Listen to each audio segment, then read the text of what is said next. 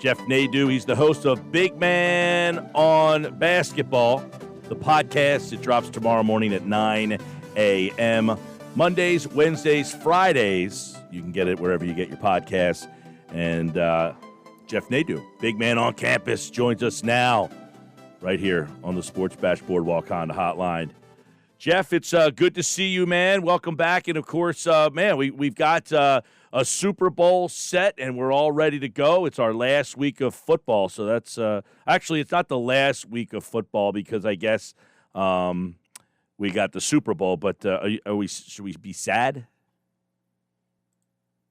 Looks like you muted yourself. I think I'm here, guys. There you go. You muted yourself. There you go. I thought I was muted when I came in. You were. I didn't say anything. But, no, it is a sad day, Mike. I will say this, though. I think we should be excited that we actually got here. We don't really remember some of the cancellations. We mostly got through the season. There wasn't a mass shutdown by the league, which, was great. It sucked not having fans. Obviously, I think that's something we'll all look forward to. But as I'll keep saying, Mike, better days are ahead. We got through the season, and knock on wood, we don't have anyone out for a Super Bowl from a virus. That would suck if you happen to get it this week if you're a player. But, yeah, I'm excited, looking forward to the game. So let's start with that because it's real early. So get your thoughts. It's opened at 3.5. It's dropped to 3 at most places now. So do you anticipate that line is going to do a lot of moving, or is this pretty much where you see it being locked in all the way up to kickoff? Yeah, I do a couple other radio spots. That's been the first question that a lot of people have asked me. It's so tough to move a Super Bowl line, obviously, with so much action coming in. It would be surprising if they move off 3. I think there's just a lot of things that can go on a 2.5. It's just I don't think they'll move off. 3 is a good number. It's a fair number. I think it's probably going to stay there as far as I would be concerned. And I think, you can make cases for both sides, but I think there'll be a lot of public bettors on both sides. That's how the Super Bowl goes. I don't think, taking a side's the wrong answer. It's a very tough game. I'm just looking at it and saying, I don't want to bet against Patrick Mahomes. For years, I didn't want to bet against Tom Brady. I'm not as worried now about betting. You didn't want to get bet against Rodgers either. True. And, that's true. My favorite play of the weekend was the Chiefs. I just thought that was a good spot. I mean, once I got up to game time, I really felt like it was a real good spot. I was questionable just with Mahomes' status. Yeah. But once you got the status that he was in there and going to play, it was concerning, I thought, for Buffalo. But it's a tough game. You got so much. And there's some things to keep in mind. I mean, the Chiefs just lost Eric Fisher, their offensive tackle. Mitchell Schwartz has been in and out of the rotation. Will Sammy Watkins be back? I'm not so worried about Watkins just because they have so many options. But defensively, they've been flying around. Spagnuolo's done a terrific job there.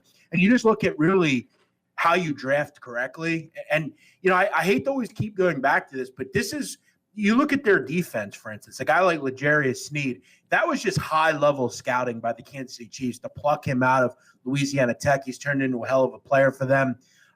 They make all the right moves from a personnel standpoint while the team we have doesn't, and that just kind of goes to show you about the GM and the crew inside. But, yeah, I would be on the Chiefs here. I don't really see any reason I'd want to back the Bucs. 57 over under. So looks like a lot of points in that one. Of course, we'll talk more deeper into this game when Jeff joins us for the Saturday session at 9 o'clock Saturday morning. Small NBA card tonight, just 3 games, but you've been red hot in the NBA. Another winner last night, Denver. Thank you very much. I put a little late night wager from the big man. Follow him at Jeff Nadu on Twitter and listen to Big Man on Basketball. Just 3 games on the card tonight. Anything stand out for you?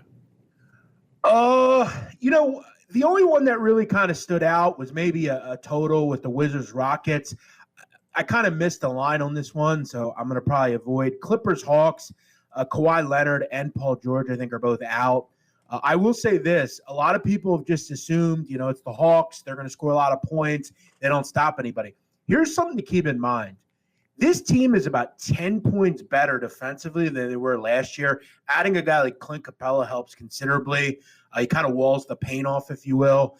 And offensively, they're good. They're not great. A lot of people just assumed they were a good offensive team last year. They actually weren't. They were one of the worst shooting teams in the league. They really went out and grabbed guys that helped them on the offensive level. So, you look at the Clippers, really haven't impressed me so much. They've been poor defensively at times.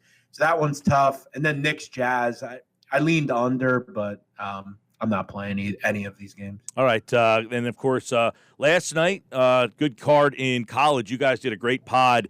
If you missed the Monday Big Man on Basketball, they went through all 16 games that were on the card, and some nice winners on there as well for the people who listened. But tonight, this seems more like your type of card, though. I'm imagining there's something, one or two, that really jump out on this Tuesday card that you like. Yeah, I'll be honest, Mike. There wasn't a lot I loved on this card, frankly. I think there's there's a lot of teams coming off coronavirus breaks, one of which is Drake. Drake is the best team in America against the spread. They have covered every game this year, 11-0, I think. I think 2 were out of conference game or out of Division I games. But this is a tough game for Drake. It's a road game. They're coming off a shutdown. And they're playing a team in Missouri State that I wouldn't just gloss over. This is a good basketball team.